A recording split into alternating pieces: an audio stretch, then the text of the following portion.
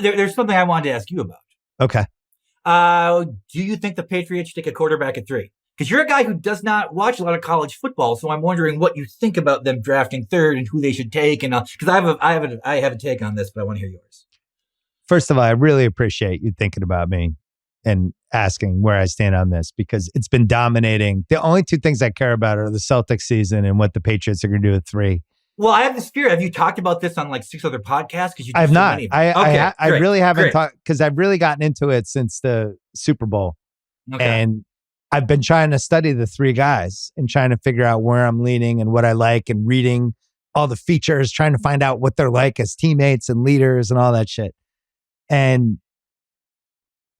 first of all, they have to stay at 3 and take a quarterback, because I just think if you hit with a franchise quarterback, which is basically 45% odds, 40% odds with the way it's gone. But if you hit, you're set. And they're in a conference with Burrow and Mahomes and Herbert. Like they have to get one. So when I see stuff like, oh, trade back, get pick, or there was this dumb story today, they're trade the pick from other stuff for Justin Jefferson. Well, we wouldn't have a quarterback to throw to him. Trade back to the Raiders at 8, pick up more stuff. Okay, so now I'm keeping my fingers crossed with JJ McCarthy. These 3 guys seem like really good bets to be good franchise quarterbacks, and people that I talk to in college who love college football really like all of the quarterbacks, and they each kind of pick one. So Caleb, it's like, why was his last year so bad? What's going on there? Is he going to be like happy in the right situation? And it seems like more off the field stuff with him. With Drake May, it's like, North Carolina, we've seen this before. We've seen guys like this that they win you over with the highlights, but go watch the film. It's not as good as you think. And then Daniels is just too skinny. Daniels, they list at 210. I don't think there's any way he's 210. We're going to find out at the combine this week. And he plays pretty recklessly for his size. Well, so they talked about this on the Ringer NFL Draft Show. Nate Tice described him as having some Johnny Knoxville in him, which is a great way to put it. He takes huge hits. Yeah. And, I think like Lamar came in the league, he was 6'2", 215. This guy's 6'4". He's probably like 205. So even if you put a little bulk on him, to me, I'm not going to finalize this yet, but it seems like if Drake May fell to 3 for them, where it was supposed to be him or Caleb Williams a couple months ago, who's going to get number 1? And now he falls to 3 and he has the chip on his shoulder. And he's already 6'4", 230. He can already make a ton of throws. If you go back and you read all the stuff about him in Carolina, everybody's like, this guy's fucking amazing. I love this guy. He's a leader. He's changed the culture here. Like he went there and changed the culture of their football program. And it just seems like he seems like a safer bet than Daniels, who would be amazing, who would be like an athlete and a QB I've never rooted for before, but could just get hurt immediately. So I'm kind of leaning toward Drake May. So what do you think? Well, I got to say, I've been thinking about this and I disagree with you. Okay, good. Okay. This is my thinking on this. If you have the number 1 pick and Williams is there, you take him, because he is a situation where if he's not elite, he's a bust. But that sort of is like that. His floor is a great NFL quarterback. He seems to have the body, the skills. It is like it seems to be like a package that's too good to pass up. So you're saying his floor is he would be the 10th best quarterback? No, I don't know what his floor is, but he's the only, like, okay, for, if Drake May has a career like Chad Pennington, or if he has a career like Kirk Cousins or something. Well, could he be Josh Allen? No. Well, what I'm just saying is that Drake May, if he's just a starting quarterback and he has some pretty good years, some average years, it's like that's a successsucareer career. But I think he's higher ceiling than those guys. Well, no, I know. But what I'm saying, if that's what happens to him, if that's what his career ends up being, it's still okay. It's like he was still a starting quarterback for many years on some probably pretty good teams. Could he be poor man's Josh Allen? Would be kind of the floor for him. I mean, because he's going to be 245 pounds in you say 3 the years. floor. I don't. So the thing is, I don't know. I think for most of these guys, the floor actually is pretty low. Yeah, the floor is bust. So my thinking is this. Now, this may have changed because things, if I'm picking 3, if he falls to 3, it's a tough thing, but I would almost be more interested in taking Marvin Harrison Jr. and drafting Bo Nix if he's still there at the like top in the of the second round. They have the 35th pick. Yeah. And then drafting Sam Hartman late in the draft. Or maybe even if he doesn't get big. Because to me, Bo Nix and Sam Hartman, he was the guy from Wake Forest who went to Notre Dame. Yep. Those seem like the 2 guys who are in the best position to play immediately. Like I think Hartman looks like, and he's 26 or 27 or whatever. He looks like he could play immediately. Now, granted, it seems as though his ceiling would be being a good NFL backup. But it seems as though these attempts to find these quarterbacks, it's too much of just rolling the dice. There's as much, we can't just use Brock Purdy as the only example, but it seems possible that if you get the right guy in the right situation, he can succeed. But if you put the right guy in the wrong situation, it doesn't matter how right he is. You know what I'm saying? Like, it's true. It would almost seem to be better to build everything around it and hope.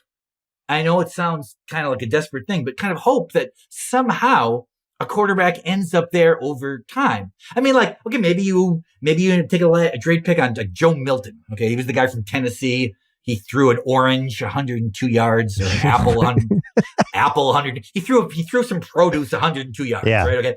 Well, now that doesn't make him a great NFL quarterback, but it means he kind of has the body and he has the arm. To me, if these guys, the main thing you don't want to draft somebody who can't make the throws, and you don't want to draft somebody who's not mobile.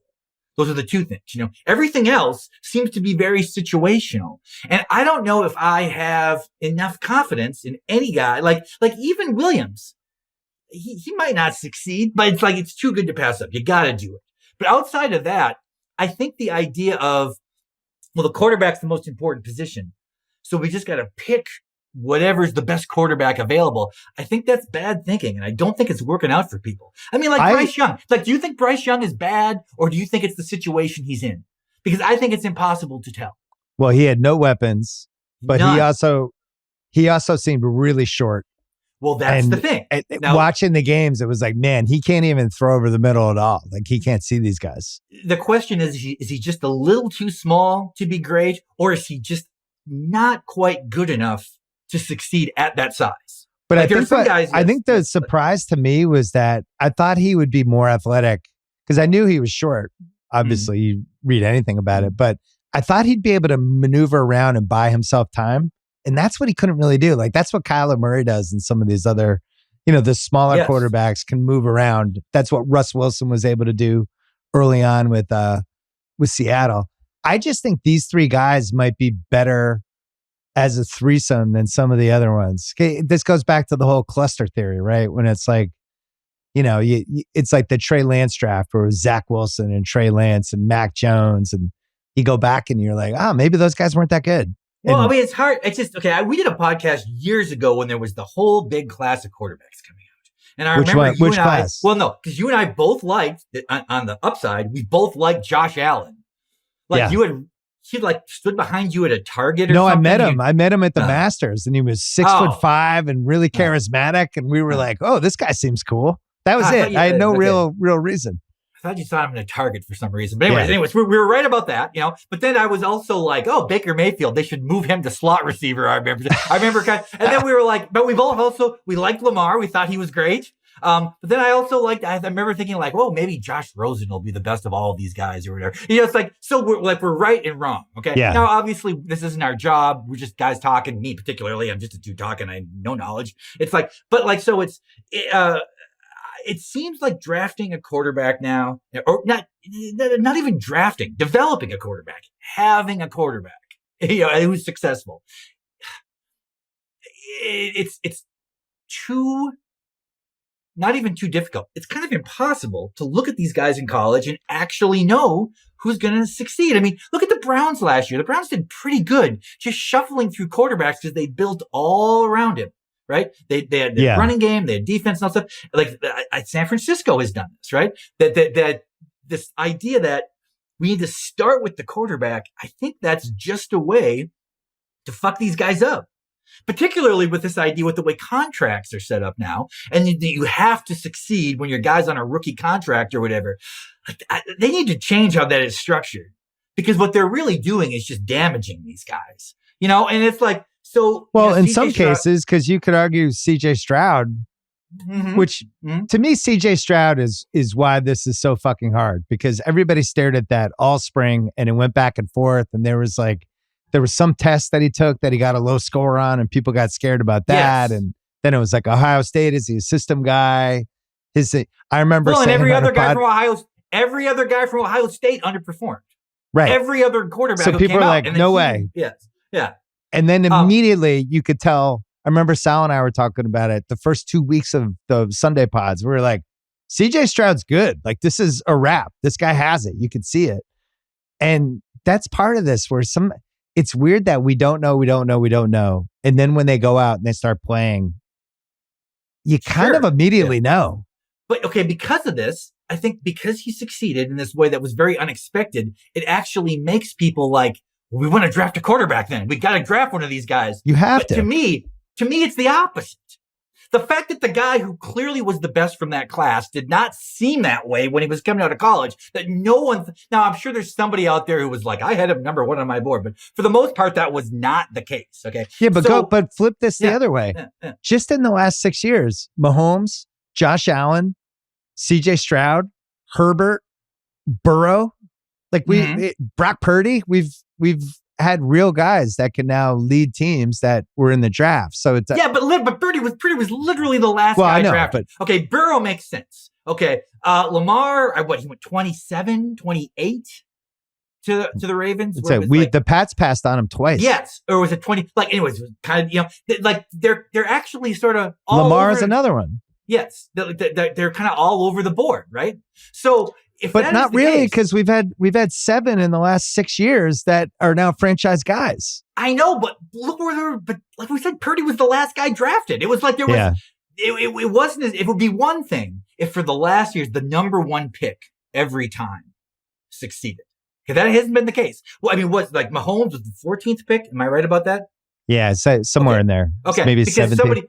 Somebody like put an old, I see an old tweet or whatever. It was like when he got drafted, Nick Reich, that guy who basically talks about Mahomes, like he's like his son or whatever, it's like he had a tweet that was like, I don't know about this. We'll have to see if it works out. I hope it does. It's like, so there's like no way you can look at this. You can look at these drafts and be like, well, picking a quarterback early is the right move.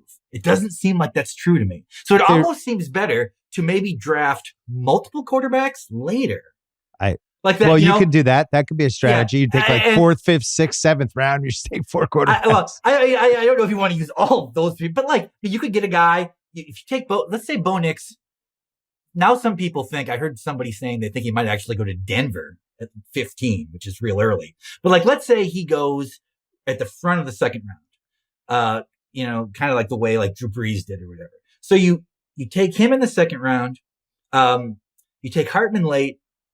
Maybe you take one other guy in there, kind of in the mid-range. You have 3 guys in camp, and you can sort of maybe see, well, do any of these have the potential to play now or be great later? Where, Yeah, but here's the thing. Everyone operates out of fear. So if Drake May goes 3, the Patriots don't take him, and then Drake May is awesome, you're getting fired. Well, sure, but if Drake May goes to the Patriots, what is the best he could be? You think he could, with what they have on the field? Well, they're gonna have They're gonna have a really good defense next year. Try to get him some receivers. Maybe he doesn't start in the first year. I actually think it's a pretty good situation. I mean, okay, so like the thing about Caleb Williams is he does look like somebody who could take a bad team and make them average, an average team and make them good. He seems as though that if he fulfills this potential, he actually could be somewhat transformative in like the way Joe Burrow was. On and off the field too. Yeah. I don't know if I feel confident about any of these other guys. And there's a lot of them. I mean, there was a time at the beginning of this year, I was listening to Gary Danielson on the radio. Wow. And Gary Danielson said like, there are 15 quarterbacks in college football right now who, if they play to the apex of their potential, will be top 5 picks. Like he's like, it won't happen, of course. All 15 can't do that. But there are 15 guys who, if they play as well as their biggest supporter believes they could do, they will be a top 5 pick. There are just a lot more quarterbacks now. I mean, like this, it's odd because at the NFL level, we seem like we're always missing them. We don't have enough. But at the college level, there seems to be a lot of good ones. These 7-on-7 camps and all this stuff has really changed. Right. So it's the opposite of basketball. Yeah. So I'm not confident. So you feel like more QBs are coming? I feel like the difference between the very best quarterback and the 11th best quarterback in college football has really microscoped. And it is more the situation you put them in.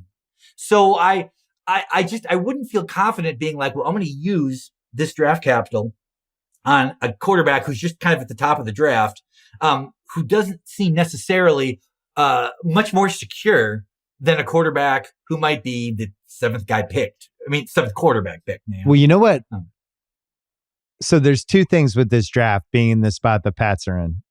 First of all, as a fan, if they got Daniels or May, I would immediately, like if they got Daniels, I'd be so excited. I'd be so fearful of his injury potential, but he would be the most exciting Patriot. I don't even, probably since like Randy Moss. We've never had anybody who does some of the stuff he does. I'd be nervous the whole time. But anyway, Arizona is at 4. And they're all in on Kyler Murray. Like they just did the tweet yesterday, Kyler Murray, our quarterback. So they're taking Marvin Harrison at 4.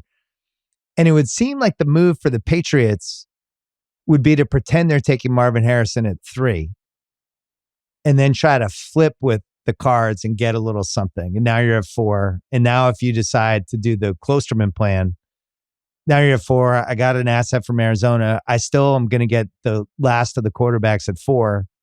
Do I want to now move back to 8 and pick up more stuff from the Raiders? The Raiders hop up to 4 to get Jaden Daniels. Now I've got their 2nd and their 1st next year.